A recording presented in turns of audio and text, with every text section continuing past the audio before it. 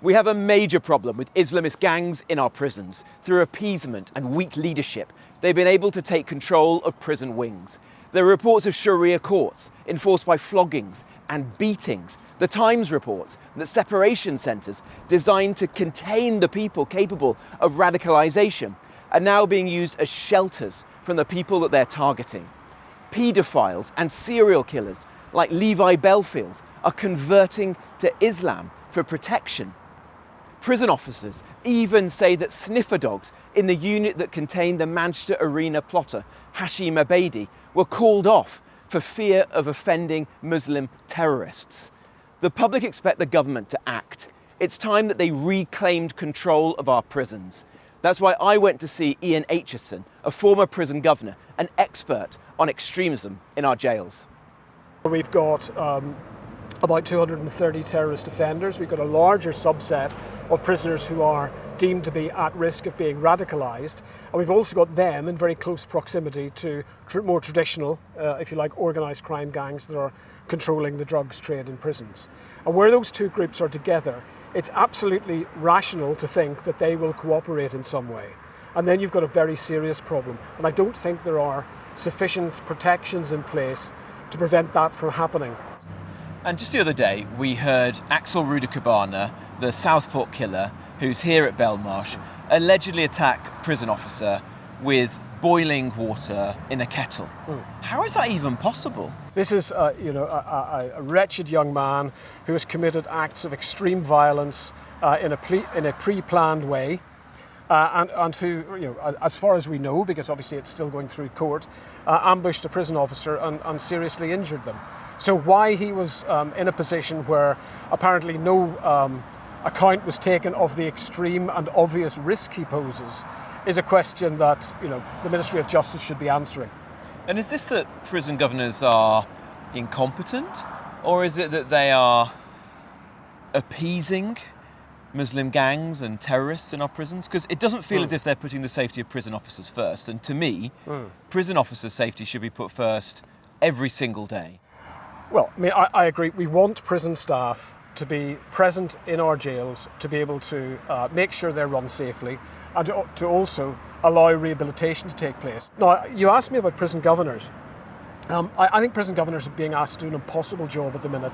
The moral injury of doing far too much for far too long with far too little has actually, pushed some of them over the edge, and not surprisingly so. But I do think it is certainly worth exploring this culture of appeasement that frontline prison staff are telling me about, where senior managers within different prisons are actually placing the rights of prisoners above the rights of prison staff to go to work in the morning and come home of a shift still whole, and not via A&E, for example. And we've seen some really horrible examples recently of exactly that happening. Yeah, we've seen these examples like when boiling oil was thrown at an officer, where someone was able, Hashim Abedi, the Manchester Arena plotter, was able to get hold of a makeshift weapon and stab an officer. This is just completely unacceptable. And some of these things are happening in so-called separation centres, which are supposed to be places where the most dangerous individuals, those most likely to radicalise other prisoners, are kept in a condition where they can't cause trouble. And yet, it doesn't seem to be working, does it?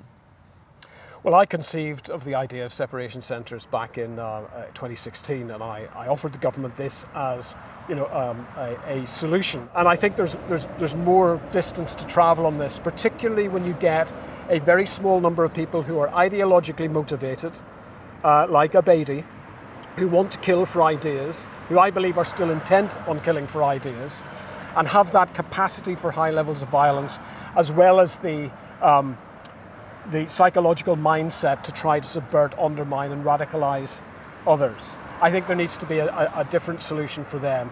And I think if we don't have that solution, I'm really sorry to say this because it's chilling, I think the prospect of a prison officer being murdered on duty is closer than it's ever been.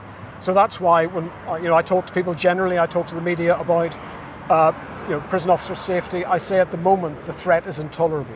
Yes. And Charlie Taylor, the Chief Inspector of Prisons, he wrote a report not so long ago where he could foresee something like a drone bringing in a gun, maybe even bringing people in and out of prisons. But he could foresee a very, very serious incident happening in one of our top security prisons, like a murder of a prison officer, a hostage situation, something that is just intolerable. And we've got to act, haven't we? Because none of us want to see that in a prison. None of us want to be putting prison officers in that kind of real danger that they are right now. No, you're absolutely right.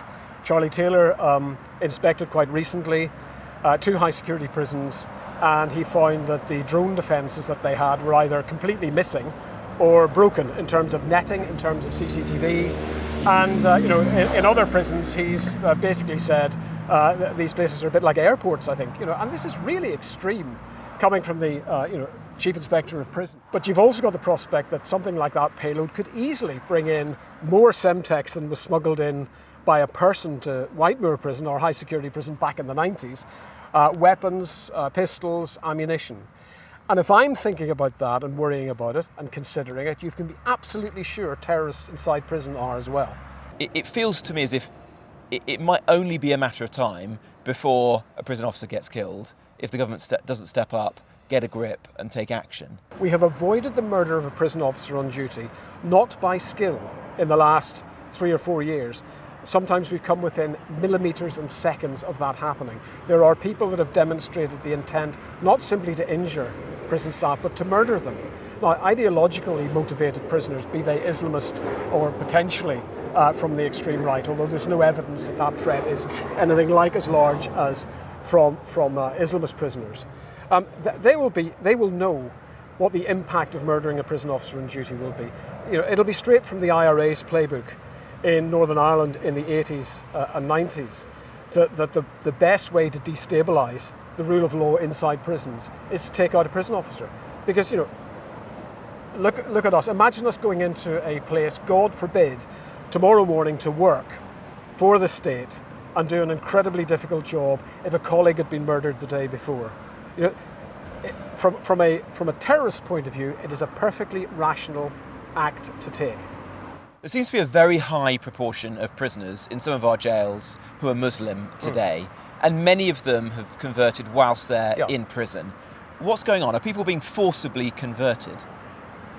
Well, I'm sure that is happening, but you've got to understand the reasons behind conversions at the moment, and to do that you've got to understand the environment that people are going into. So if you're a young man who's been sentenced to a very long period in custody for say for example a crime of violence, and maybe it's your first time in custody and you're coming in and you're terrified, you're searching for meaning, for belonging, you're actually absolutely ripe for these factions to pick you up unopposed, basically, for your own security.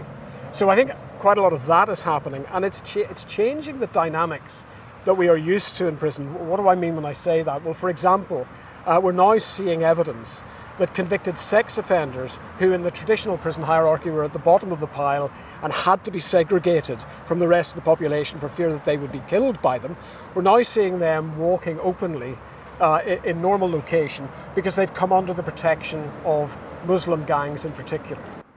This is HMP ISIS, where 45% of prisoners are Muslim. That's the highest of any prison, but it's not that unusual. Such is the level of control that radical preachers or emirs are exerting on prisoners. Very large numbers are converting to Islam. Imams operating across the prison estate are still using the Tabiyah program to teach inmates about Islam. In 2016, it was criticised for including a section on jihad, in which it said that taking up arms against evil is one of the noblest acts. Look, there's huge problems facing our prisons, with escalating violence against officers, overcrowding, drugs, organised crime gangs. But on top of all of that, you've got Islamist gangs exerting control, taking over prison wings. And at the very sharp end, you've got Islamist terrorists threatening the lives of officers. The government, frankly, don't even recognise the scale and the urgency of this challenge. It's time that the government stepped up and took back control of our prisons before a prison officer's life is endangered.